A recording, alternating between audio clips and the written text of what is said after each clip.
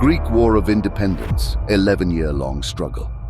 Beneath the Mediterranean sun, from 1821 to 1832, the land of Hellas was set ablaze. A decade-long struggle, a titanic contest of will and valor unfurled, searing itself into the annals of history. This was the Greek War of Independence, a monumental saga painting a tale of a nation reborn from its ashes and the collapse of an age-old empire. Imagine a realm caught in a poignant dance between the echoes of an illustrious past and the chains of a harsh present. A place that once bathed in the vibrant light of liberty, only to now choke on the bitter gruel of subjugation. This was Greece, a nation enshrined in antiquity, yet shackled by foreign dominion. However, within this crucible of subjugation, a spark was kindled, a spark that would soon erupt into a wildfire of rebellion. In the dimming glow of the Byzantine Empire, the collapse of Constantinople in 1453 signaled the arrival of a fresh dawn, uncharted and compelling. The Ottoman Turks, formidable and relentless, surged over the city's ancient walls, laying claim to the Byzantine heartland. The city, which had resisted countless invasions, stood helpless as the army of Sultan Mehmed II marched through its gates. Once considered unbreakable, the mighty walls of Constantinople fell victim to the ceaseless onslaught of the Ottoman forces. They crumbled under the weight of the bombardment, their proud stones laid bare and shattered, symbolizing the fall of the once mighty empire. The line of demarcation was clear. The Greeks, along with the Serbians and other Christian groups, were grouped under the umbrella term Rim Millet. Ethnicity was not the defining factor for the Ottomans. It was the religion that bound the Rim Millet together. The ecumenical patriarch of Constantinople, a Greek himself, was given the mantle of leadership. Yet his role was as much a token of respect as it was a tool for the Sultan to keep the Christians in check. But this apparent harmony was marred by the underlying tension and the grim reality of life under the Ottomans. The Greeks endured an oppressive taxation system and were forcibly enlisted in the military, facing additional hardships due to being a minority in a predominantly Muslim empire. Discrimination and marginalization were commonplace, denying them access to political, cultural, and economic opportunities. Greek boys were compelled to join the military and adopt Islam, while Greek women frequently found themselves coerced into serving in Turkish harems. Yet, amidst this turmoil and tribulation, the Greeks clung onto their identity with tenacity. The Greek language, deeply intertwined with their Byzantine Christian roots, remained resilient against the onslaught of cultural assimilation. Society of Friends. The year 1814 bore witness to the birth of a pivotal organization, the Filiki Eteria, also known as the Society of Friends.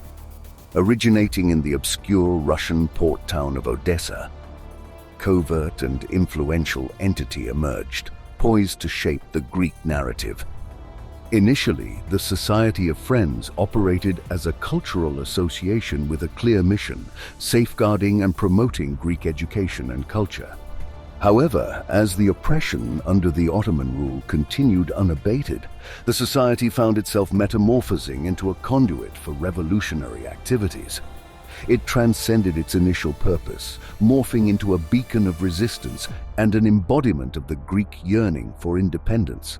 It was during this transformation that the society adopted a potent motto, Eleftheria ή Thanatos, freedom or death. This phrase encapsulated the spirit of resistance against the Ottoman rule, galvanizing the society's determination and resolve. The Society of Friends was not merely an association, it was a symbol of hope, a unifying force that sought to instill a sense of national identity and the thirst for liberation among the Greek populace. It propagated the Hellenic culture and values, turning them into rallying cries against the foreign yoke of Ottoman rule.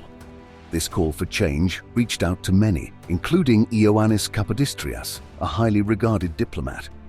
Despite the society's hopes, Kapodistrias declined their offer of leadership, labeling them as radicals who would ultimately lead Greece to ruin. Yet his skepticism did not dampen the society's resolve. Instead, it intensified the divide between those who believed the time was ripe for revolution and those who cautioned against hasty actions.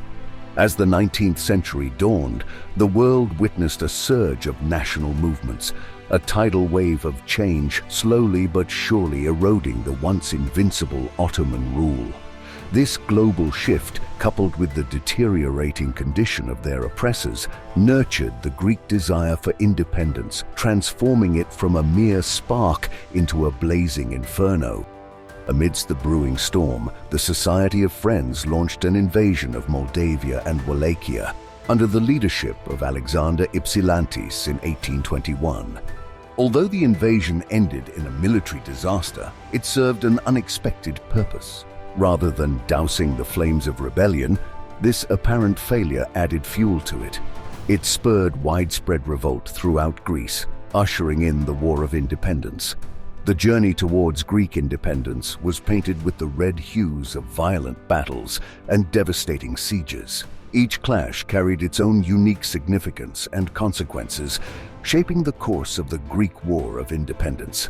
It was in these bloody arenas that the Greeks proved their indomitable spirit, fighting against overwhelming odds and etching their resilience in the annals of history. As dawn broke on August 25, 1821, the tranquil town of Vasilika, nestled in the verdant heart of Thessaly, Greece, was caught in the vortex of an imminent storm. Commanding the Greek forces with an air of unassailable authority, Odyssey Androutsos, a figure of legend and an embodiment of military brilliance, masterminded an audacious ambush against the gargantuan Ottoman army. Androutsos, a chess player on the battlefield, manipulated the Ottomans' predictable tactics, unraveling them with his profound military understanding. The unsuspecting Ottomans were caught in the snare, their complacency shattered by the sudden Greek onslaught.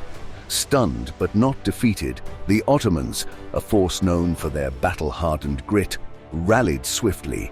They retaliated, their counterattack roaring through the battlefield like a deadly whirlwind. Amid the tumult and chaos, the two sides clashed, a tumultuous symphony of war echoing over the battleground. Initial setbacks were quickly reversed as the Greeks, fueled by the raw power of their collective will, launched a second fierce attack. Their reinvigorated assault was an irresistible tide, inflicting grievous losses on the Ottomans and ultimately securing a decisive Greek victory. The siege of Tripolitsa unfolded on the blustery morning of September 23, 1821, when Theodoros Kolokotronis, another Greek lion, and his fearless forces stormed the town, cutting it off from the rest of the Ottoman Empire. This bold maneuver left the Ottomans in a state of disarray, their bewilderment echoed by the deafening crashes of Greek cannon fire. Withstanding the unrelenting Greek onslaught for weeks, the Ottoman defenders watched with growing despair as their supplies dwindled and their options waned. The once bustling citadel became a fortified prison, its walls slowly closing in. The Greek forces, relentless in their pursuit, finally breached the weakening defenses, overcoming the valiant but weary Ottomans. The tides of conflict surged again in 1827, washing ashore at Navarino Bay, a strategic harbor nestled on the western coast of the Peloponnese Peninsula. The Battle of Navarino marked a pivotal moment in the Greek War of Independence, a brutal skirmish that hammered yet another nail into the coffin of Ottoman rule. The Battle of Navarino made history as the last significant naval battle fought entirely under sail, heralding the end of an era. Its outcome put the final stop to the Ottoman plans of reclaiming Greece, marking a decisive shift in the balance of power. Yet the Greek triumph was not a solitary affair. It unfolded under the vigilant gaze of the prevailing powers of France, Russia, and the United Kingdom, each wielding substantial influence in shaping the outcome of the conflict. These formidable forces played a significant role in bringing the war to its eventual resolution. What persuaded these great powers to tip the scale of this initially unfathomable war in Greece's favor? Was it the fiery spirit and unyielding perseverance of the Greek resistance that moved them? Or was it the opportunistic dance of power politics, where supporting Greece would ensure their own stability in the region? The truth may remain shrouded in mystery, but one undeniable fact emerged from the ashes of the struggle. Greece's dream of independence became a palpable reality. Spurred by the ideals of the French Revolution, the Greeks fought for more than just political autonomy. Their struggle was a testament to their desire to protect their noble religion, to safeguard their rich heritage, and reclaim their rightful place in the world. Like the French before them, the Greeks achieved their envisioned future. From the embers of war, Greece rose like a phoenix, an independent state standing tall and thriving on its own merit. It was a testament to their enduring spirit, an echo of their cherished motto, Eleftheria e Thanatos, freedom or death.